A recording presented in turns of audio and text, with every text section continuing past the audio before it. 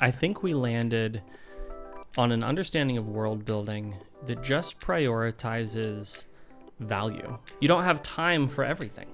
Yeah. And so you have to pick the things that really matter. We came up with this idea that you have functional immersion, wonder, and then participation. They're all about the impact on the visitant. A good plot, a good script, you can put up with a ton of world building problems and not ever rant on Reddit about them.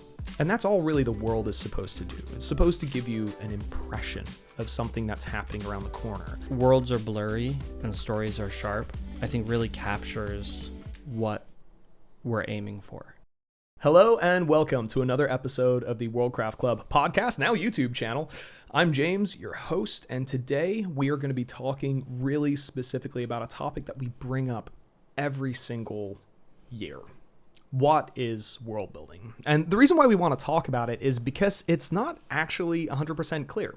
You can see definitions all over the place, but none of them really satisfied. And the deeper we dove into it, the more we found we had more questions really than answers. So I've got Seth here with me. What's up, Seth? Nothing. Seth's just like, yeah, no, another day. we're going to be exploring a topic that we both love very much. I'm looking forward to this conversation. I feel like every time we have this conversation, we're learning new things. We're uncovering new truth. Yeah. And that's why we kind of want to keep coming back to it. This stuff always changes in my view. And like, I think we started this out with what I'll call the Reddit troll understanding of world building, right? Like it's kind of like, here's a weird thing about people, right? And I think you might like this, right? Most of the time, people come to conclusions about things at a gut level. Right. And then they add post hoc rationalization. Yes. So they look at a property, and the kind of people that are into world building are usually quite analytical. They like themselves a spreadsheet. They like going into the numbers. They like thinking about detail. And they hate a movie and go, you know what really sucked about that movie? Not the actors, not the story, not the script. It was the fact that something that weight could not be carried by wings of that span. That's what really did it for me. That's when I switched off. I was done then. When the truth is that a good plot, a good script, you can put up with a ton of world building problems and not ever rant on Reddit about them. Right. You know? And I kept thinking, that was my approach though, is like, I thought that. And I think these are mostly post hoc, like, realizations after where you're like, oh, that was what my issue was, but I don't think it's true. Yeah. So like, where do you think we landed and how do you think we got there? Okay. So starting with a very broad question. Yeah. But we'll zero in. I think we landed on an understanding of world building that just prioritizes value. Yeah. Instead of prioritizing detail or realism and holding either of those as sort of the high value, we ended up with our primary virtue in world building being, what value does this add to either the creator or to the visitant? Yeah. And I think that's how I would boil down our world building process and our overall understanding of world building. Yeah, no, I think you're right. There was this this comedian I really like who was saying, you know, this is how I come up with the jokes. I stop and I go, and then go, what would it take to create that much mirth? And like, I always think like we kind of almost did that with world building. Is we kind of went like it was, which obviously it's silly with a joke because with a joke it's got to catch you by surprise. That's the point of a joke. I don't think you can really craft jokes that way. You more find something that you think is funny and go, wait, let me unpack that. And that's kind of what we did. Yes. Yeah. We sort of flipped world building on its head and we started approaching it backwards. You know, instead of sort of this this bottom up approach of let me get all of the details of the world in place and make sure that they're rock solid so that I can build the next level of this world, sort of building up from bedrock, which is the typical world building approach that you find most people engaging in, because that's a natural world building approach. Yeah. Like, that's a natural way. It's very rational to create a story. Absolutely. Or to create a world for a story. But we found that when you flipped it, and when you started with the core concept, the thing that... the end result. Yeah, that binds all things together. I actually remember the moment we ended up sort of making the shift. Yeah. And I remember having a conversation with you, and I don't think it was in one of the podcasts, but it was then, I think, replicated in one of the episodes. But we started talking about world building as analogous to that scene in The Hitchhiker's Guide to the Galaxy, when Zaphoid Beeblebrox finds out that he is at the center of the universe. Yeah. Because it was a simulation designed for him. So he discovered he was at the center of it. The meaning of all this simulation was him. Yeah. And what was fascinating for me about that scene, and really ties into the world building that we try to do, is when he was shown himself in relation to all things, instead of being crushed by the difference in size, he said, no, yeah, that makes sense. Yeah. And that's the feeling that I want every time a visitant enters a world. Yeah. Right? That feeling of, no, yeah, that makes sense. That adds up. This is for me, right? That is sort of the core drive of my world building. And I think that once we started talking about world building in that way, the other pieces just sort of fell into place. Yeah. The other thing is, I have to say, you asked sort of, where did we end up? And then the second part of the question, how did we get there? This world building that we do is just supremely practical. Yeah. It's like the dad style world building. The dad style world building? Yeah. I can't tell you how many hobbies I've had that I used to pursue with just incredible passion.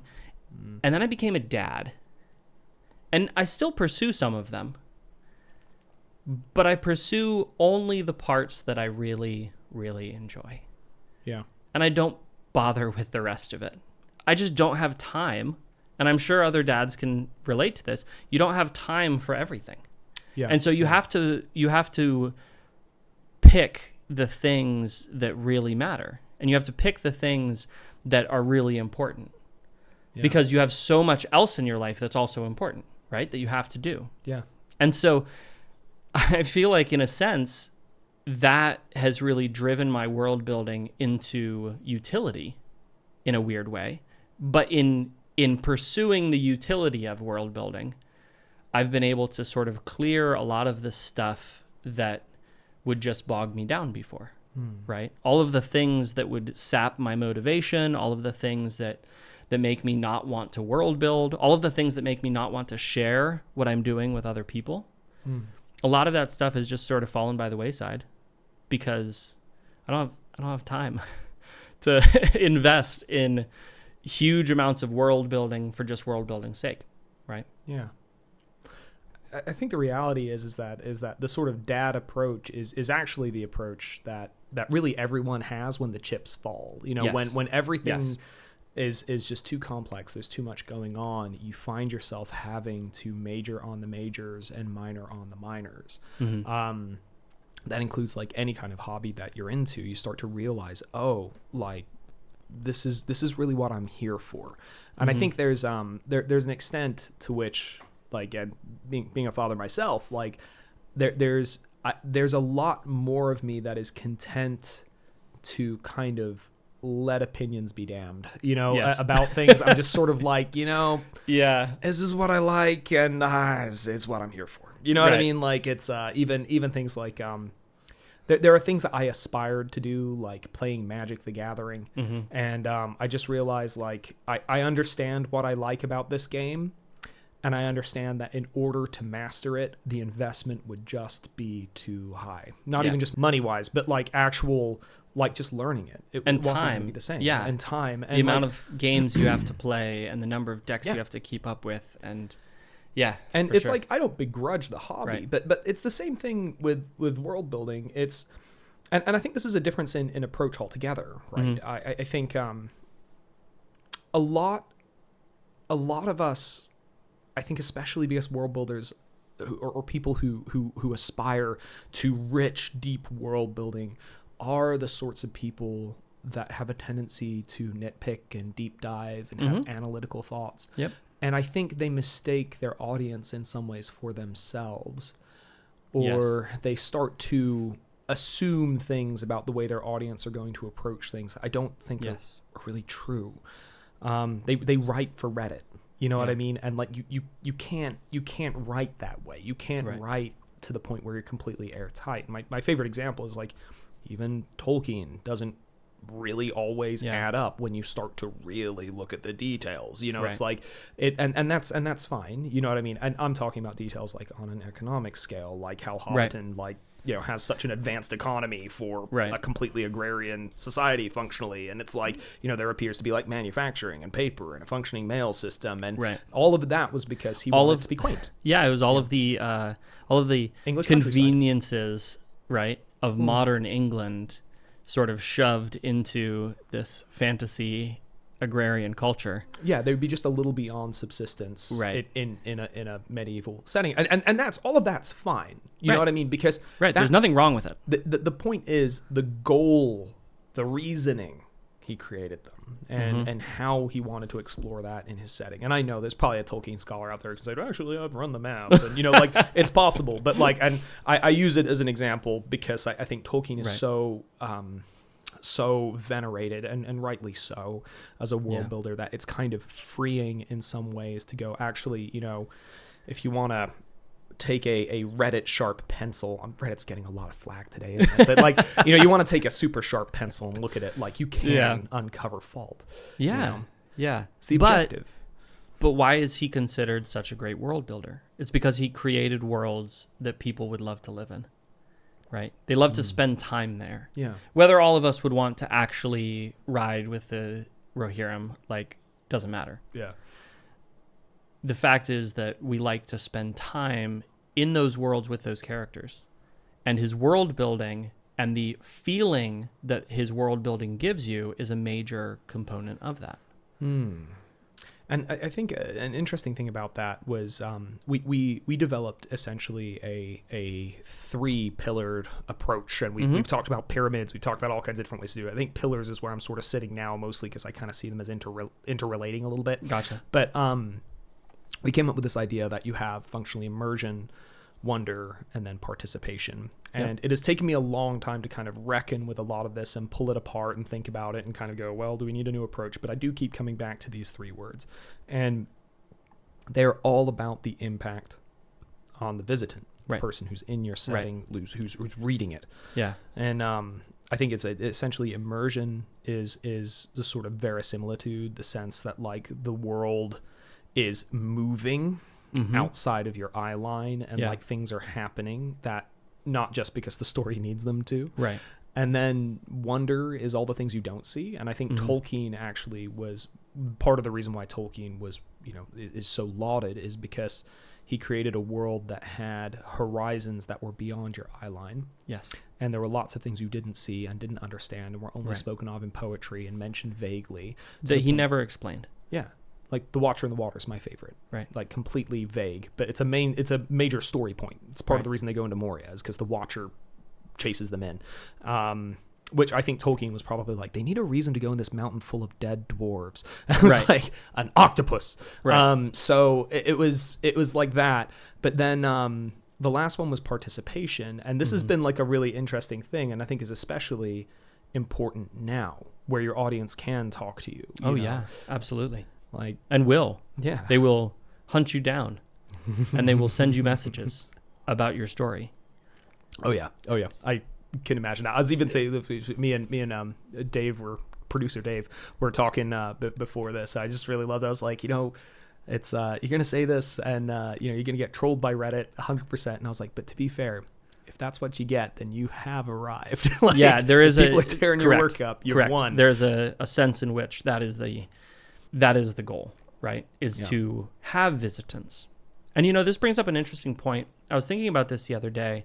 The difference between writing for a specific person and writing for a large group of people. Yeah. And I was thinking about it in the context of creating TTRPG modules. Yeah. Because I'm working on one right now, and the module that I'm working on has to be wide enough for not just my own audience, but to be generally acceptable to somebody who's playing D&D 5th edition, right? I want it to be a tight enough module that when somebody steps into it, they don't need the full context of all of the books that I've written. But I want my readers to have a special connection with it, right? Yeah. So that got me thinking, though, about writing for a table versus writing for a general audience, right? Because if I was creating a TTRPG for a specific group of players, I would tune it to those players. Yeah. I'm not going to just create something that's flat and generic. No, I'm going to take each of their characters into account, and I'm going to create something that has magic for each visitant specifically. Yeah. But if the goal is to write something or to create a module that I can then turn around and put online and like anybody can download it and play it, if I want that to be successful, I need a different approach. I need a different way of thinking about it, right? It's a different frame of reference.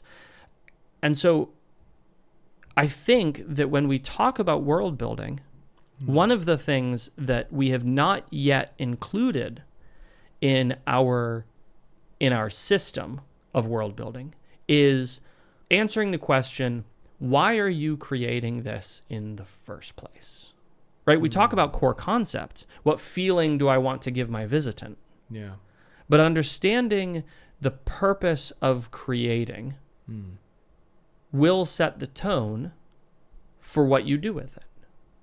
And I think that often when I was world building before my career sort of turned into world building, I think that a lot of my issue was that I would start with an ill-defined scope in the sense that I wouldn't clearly identify for myself why I was even doing it in the first place.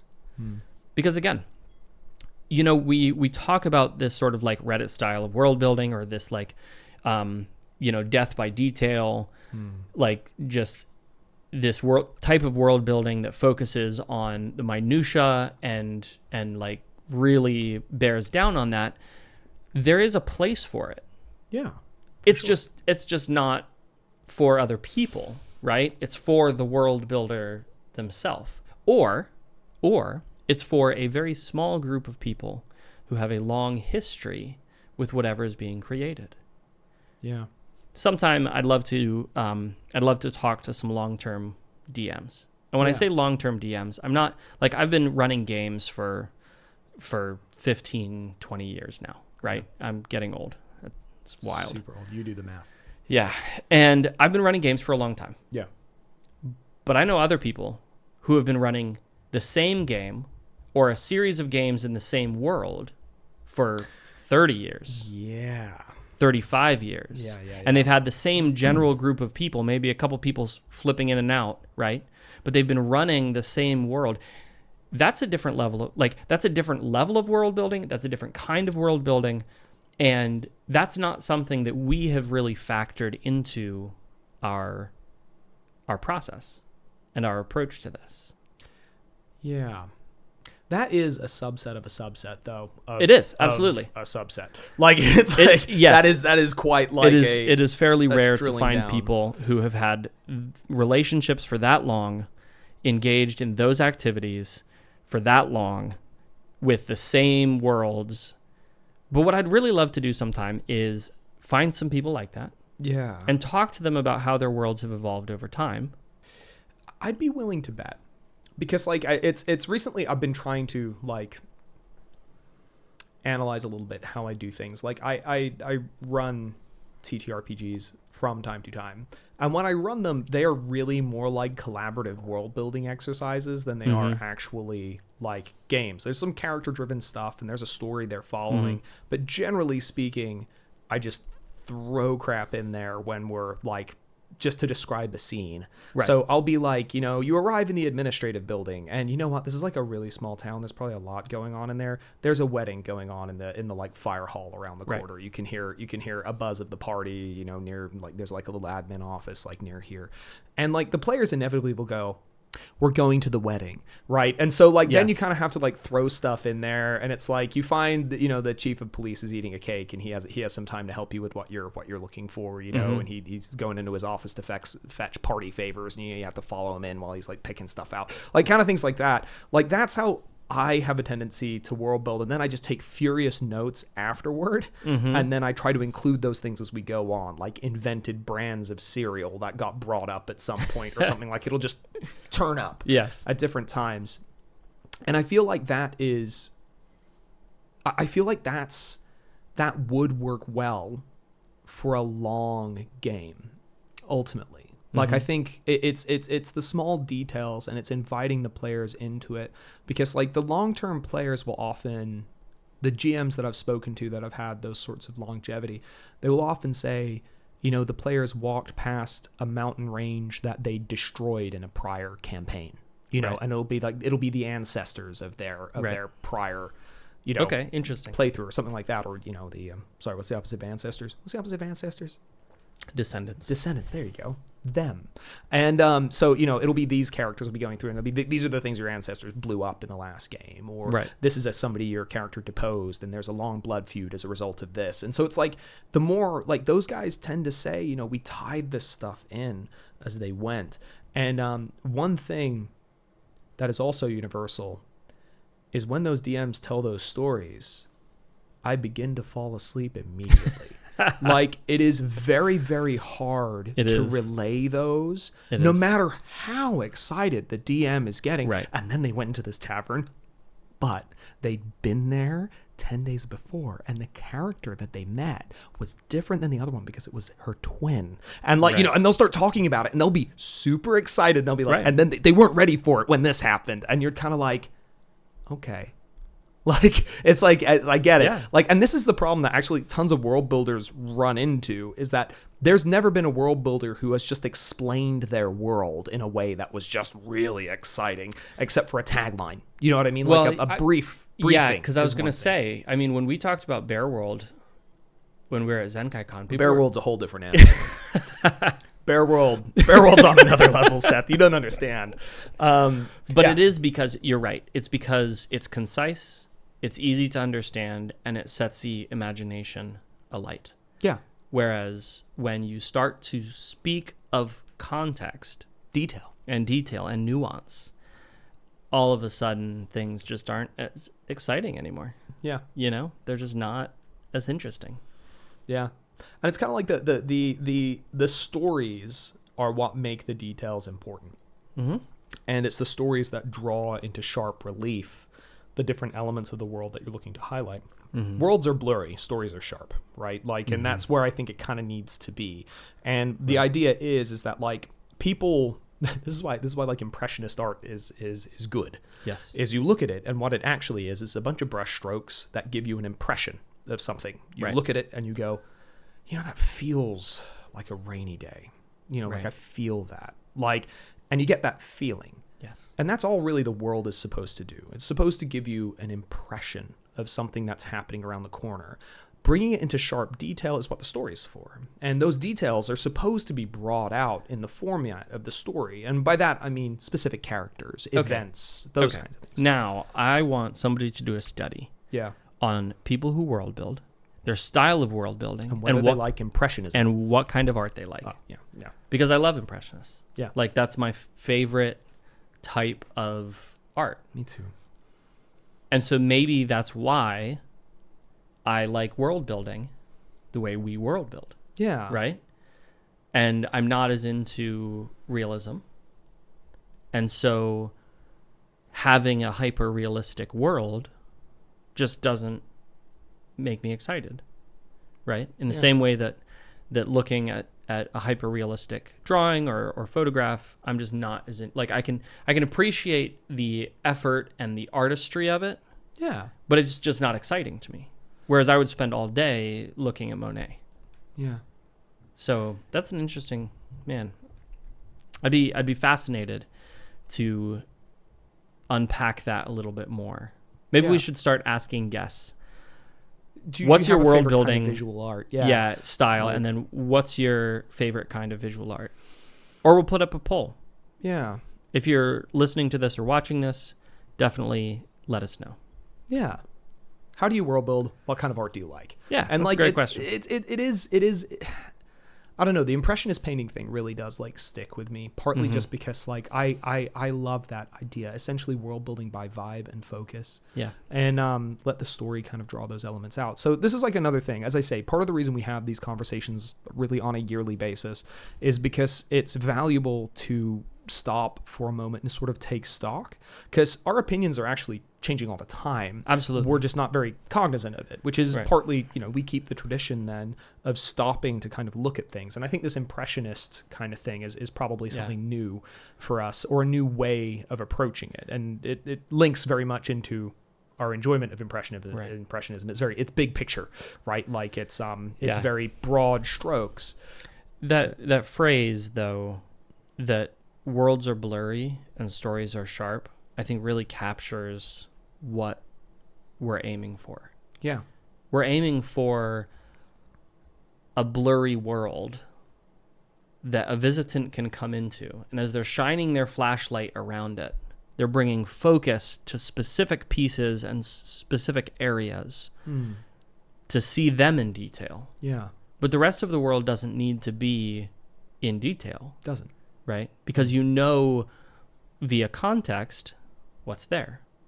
And because you don't know what's there, the story is more likely to draw you in. It's more likely to be a world that you'll want to stay in because your mind has space for that wonder. Yeah. And that's the thing is that ultimately, I think this is something we stumbled upon maybe halfway through our journey. We've been doing this about 3-4 years now. And one of the things we figured out is that the ultimate world builder is really your audience. They're the ones who are putting everything into focus. They're the ones who are imagining the world. You're just putting the signposts there, much like an impressionist painting. You're giving them an idea, and they're thinking that looks like a rainy day, and they think about all the times they spent in rainy days sitting in their home watching it land upon the windowsill, and they think to themselves, that's what that feels like. And they go from there. They're the ones who then imagine a cat purring on their lap, because that just makes sense, because that's what happened on rainy days for them. So let's turn this to more practical things as we begin to sort of close out here. This is all neat. This is all really good. I like thinking about things this way, but I hear my wife in my head nearly constantly. We've been married for, over 10 years now. And what I hear is, great. What am I supposed to get out of this? What do I now do with this information? So me and Seth, we've been thinking Forever big picture practical. here. Yeah, that's definitely my wife. I think maybe yours a little bit too. Yes. So what I want to kind of zero in on now is like if you have somebody here who's a writer or a game master who's getting started and wants to build something out, where do they begin with this advice in mind? I think I would say start with this new question of what am I trying to do? Yeah. Like, what's the point? Yeah. Right? And then walk through the world building process. Yeah. What is the core concept? What is the feeling that I want the visitant to have when they're in this world? Because that core concept is what you're going to extrapolate the rest of the world from. Yeah. Then set some boundaries for yourself so that you don't fall into analysis paralysis. Yeah. So that you don't have so many choices and options that you just don't know what to do. Yeah, and so like a boundary, like I don't want to dive into like the nitty gritty with it too much, but like, So what do you mean by like a boundary? So a boundary There is are no to cats. say, there are no cats. Yeah, okay. So I'm not going to have cats, and I need something else for people to put on their lap. Yeah. On rainy days. Yeah. Right? So you could say even for example, like I think one example that you had used previously, I dropped you on no cats. I don't know why that would be, but like that was a tough one. But like another example might be, you have vampires. The vampires are vulnerable to fire. I'm not going to have magic that creates fire that can kill the vampires. I think you use that as an example. Yeah. Once. So because you might want magic in your system or in your world, just not that kind. Just not that kind. And by creating a boundary there, you're going to have a guide or a guide rail that's going to keep you moving in a profitable direction. Yeah. Because that's the thing you don't want, is you don't want to wander off and get too far away from your core concept. Yeah. Right? That we're creating a sandbox to play in. Yeah. The problem with a sandbox that is too big is that you lose track of all your stuff. Yeah. But if the sandbox is too small, it's too tight, you have too many boundaries, then you end up in a situation where you run out of room to play. So we want to create a world... An adequate sandbox. That's right. That is an adequate sandbox. And we tend to find that 3 to 4 boundaries is good. Suitable, yeah. Yes. Well, I mean, it's to actually bring us back to Bear World. We talked about this earlier. Y'all might not be familiar with it. I just want to fill you in. This was an idea that we came up with when we were talking. I think it was a podcast, but we've used it at cons and stuff.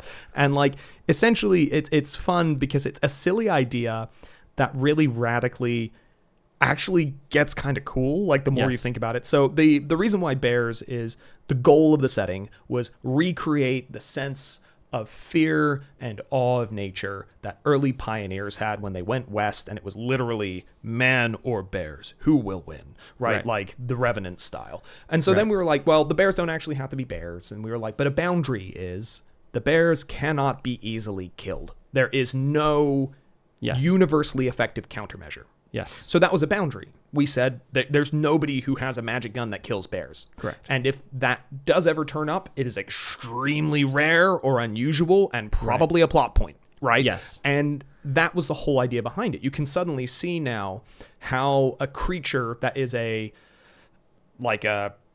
omnitrophic apex predator is scary as all get out, and you can't kill them easily. We now have a really interesting conflict. And note the way that the boundary doesn't make it less interesting. Right. It makes it more interesting. And that's the whole point that Seth is saying, is you can get lost with too many choices. You get the, Mr. Pibb, Dr. Pepper. What are the other ones? There's a ton of them. There's a lot of varieties of Dr. Pepper. I don't drink soda, but yeah. Sorry. Just not exciting. Fine, Seth. You're better than me. I get it. No, it's like, it's that's a world building too many choice. choices. It's one of my boundaries. Yeah, yeah. That's how I'm building my world, James. A world where there is no brands of soda.